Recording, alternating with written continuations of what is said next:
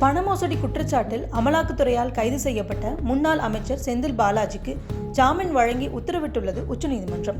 ஜாமீனில் வழங்கப்பட்டுள்ள நிபந்தனைகள் என்ன என்பதை பார்ப்பதற்கு முன்பு வழக்கின் பின்னணி என்ன? 2011 முதல் 2015 வரை அதிமுக ஆட்சியில் போக்குவரத்து துறை அமைச்சராக செந்தில் பாலாஜி பதவி வகித்தார்.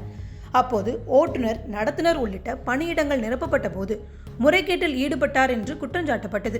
இதன் அடிப்படையில் கடந்த ஆண்டு ஜூன் 13ஆம் தேதி அமலாக்கத்துறை செந்தில் பாலாஜி இல்லம் மற்றும் தலைமைச் செயலக அலுவலகத்தில் நீண்ட நேரம் சோதனை நடத்தியது.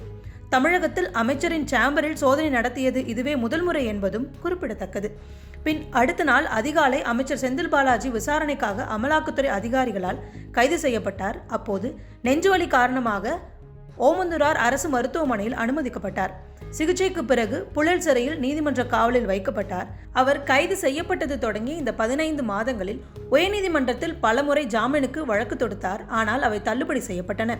இந்த நிலையில்தான் 470 நாட்களுக்கு பிறகு செந்தில் பாலாஜிக்கு ஜாமீன் வழங்கி உத்தரவிட்டிருக்கிறது உச்சநீதிமன்றம். ஜாமீனுக்காக அமைச்சர் பதவியை துறந்த செந்தில் பாலாஜி கைது செய்யப்பட்ட பின்னர் கிட்டத்தட்ட 243 நாட்களும் இலாக்கா இல்லாத அமைச்சராகவே தொடர்ந்தார். கடந்த ஜனவரி மாதம் 30ஆம் தேதி இவரின் ஜாமீன் வழக்கு விசாரணைக்கு வந்தபோது நீதிபதி ஆனந்த் வெங்கடேஷ், கடைநிலை ஊழியர் ஒருவர் குற்ற வழக்கில் 48 மணி நேரம் சிறையில் இருந்தாலே உடனடியாக இடைநீக்கம் செய்யப்படுகிறார். ஆனால் குற்ற வழக்கில் செந்தில் பாலாஜி கடந்த 243 நாட்களுக்கும் மேலாக சிறையில் இருக்கிறார். அவர் எந்த அடிப்படையில் இலாக்கா இல்லாத அமைச்சராக பதவியில் நீடிக்கிறார் என்னும் கேள்வியை எழுப்பியிருந்தார். மேலும் ஆளுநர் ரவி செந்தில் பாலாஜி அமைச்சராக தொடர்வதற்கு எதிர்ப்பு தெரிவித்த போது தமிழக அரசு அவரை நீக்கவில்லை. இதனால் தமிழக அரசு மீது பலரும் விமர்சனத்தை முன்வைத்தனர். இந்த நிலையில் அவர் அமைச்சராக தொடர்வதற்கு எதிராக உச்சநீதிமன்றத்தில் வழக்கு தொடரப்பட்டது. ஆனால் அமைச்சர் பதவியில் நீட்டிக்க உச்சநீதிமன்றம் தடை விதிக்கவில்லை. ஆனால் அவர் அமைச்சர் பதவியில் இருப்பதை குறிப்பிட்டுதான் அமலாக்கத்துறை அவருக்கு ஜாமீன் கொடுக்க எதிர்ப்பு தெரிவித்து வந்தது. இந்த நிலையில்தான் பிப்ரவரி 13ஆம் தேதி தனது அமைச்சர் பதவியை துறந்தார் செந்தில் பாலாஜி. இந்த நிலையில் உச்சநீதிமன்றத்தில் ஜாமீன் கோரிய மனு மீதான விசாரணை இன்று நடந்தது. இதில் உச்சநீதிமன்றம் நிபந்தனையுடன் பிணை வழங்கியுள்ளது. நிபந்தனைகள் என்ன? ரூபாய் 25 லட்சம் மதிப்புக்கு இருவர் உத்தரவாதம் கொடுக்க வேண்டும். திங்கட்கிழமை, வெள்ளிக்கிழமை அமலாக்கத்துறை அலுவலகத்தில் ஆஜராகி கையெழுத்திட வேண்டும். விசாரணை அனைத்திற்கும் அவர் ஒத்துழைக்க வேண்டும். எந்த காரணத்திற்காகவும் சாட்சியங்களை கலைக்கக்கூடாது என்பதுதான் நிபந்தனையில் கூறப்பட்டிருக்கிறது. சரி, என்ன அடிப்படையில் செந்தில் பாலாஜிக்கு ஜாமீன் வழங்கப்பட்டுள்ளது? இதுகுறித்து டெல்லியில் பேசிய செந்தில் பாலாஜியின் வழக்கறிஞர் NR இளங்கோ, கடந்த 15 மாதங்களுக்கு மேலாக விசாரணை குற்றவாளியாக மட்டுமே இருப்பதால் அதனை கருத்தில் கொண்டும் அடிப்படை உரிமைகளை கருத்தில் கொண்டும் உச்சநீதிமன்றம் அவருக்கு ஜாமீன் வழங்கியுள்ளது.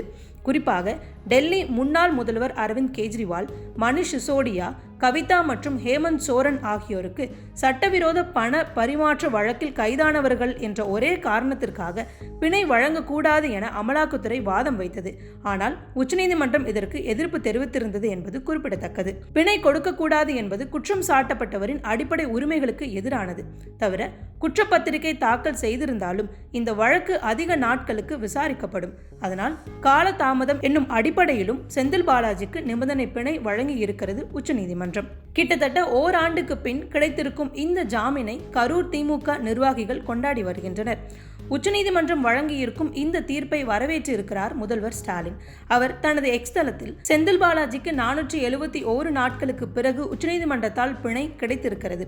அமலாக்கத்துறையானது அரசியல் எதிரிகளை ஒடுக்கும் துறையாக மாற்றப்பட்ட தற்போதைய சூழலில் அதற்கு உச்சநீதிமன்றம் ஒன்றே விடியலாக இருக்கிறது. எமர்ஜென்சி காலத்தில் கூட இவ்வளவு நாட்கள் சிறை வாழ்க்கை கிடையாது. அரசியல் சதி செயல்கள் 15 மாதங்கள் தொடர்ந்தன. கைது செய்து சிறையிலேயே வைத்து விடுவதால் சகோதரர் செந்தில் பாலாஜியின் உறுதியை குலைக்க நினைத்தார்கள். ஆனால் அது நடக்கவில்லை. எனினும் தற்போது வெளியில் வரும் சகோதரர் செந்தில் பாலாஜி வருக வருக என வரவேற்கிறேன். உன் தியாகம் பெரிது, உறுதி அதனினும் பெரிது என பதிவிட்டிருக்கிறார் முதல்வர் ஸ்டாலின். செந்தில் பாலாஜியின் இந்த விடுதலையால் தமிழக அமைச்சரவையில் மாற்றம் ஏற்படுமா? செய்திகளை அறிய தொடர்ந்து இணைந்திருங்கள் ஹிந்து தமிழ் திசையுடன்.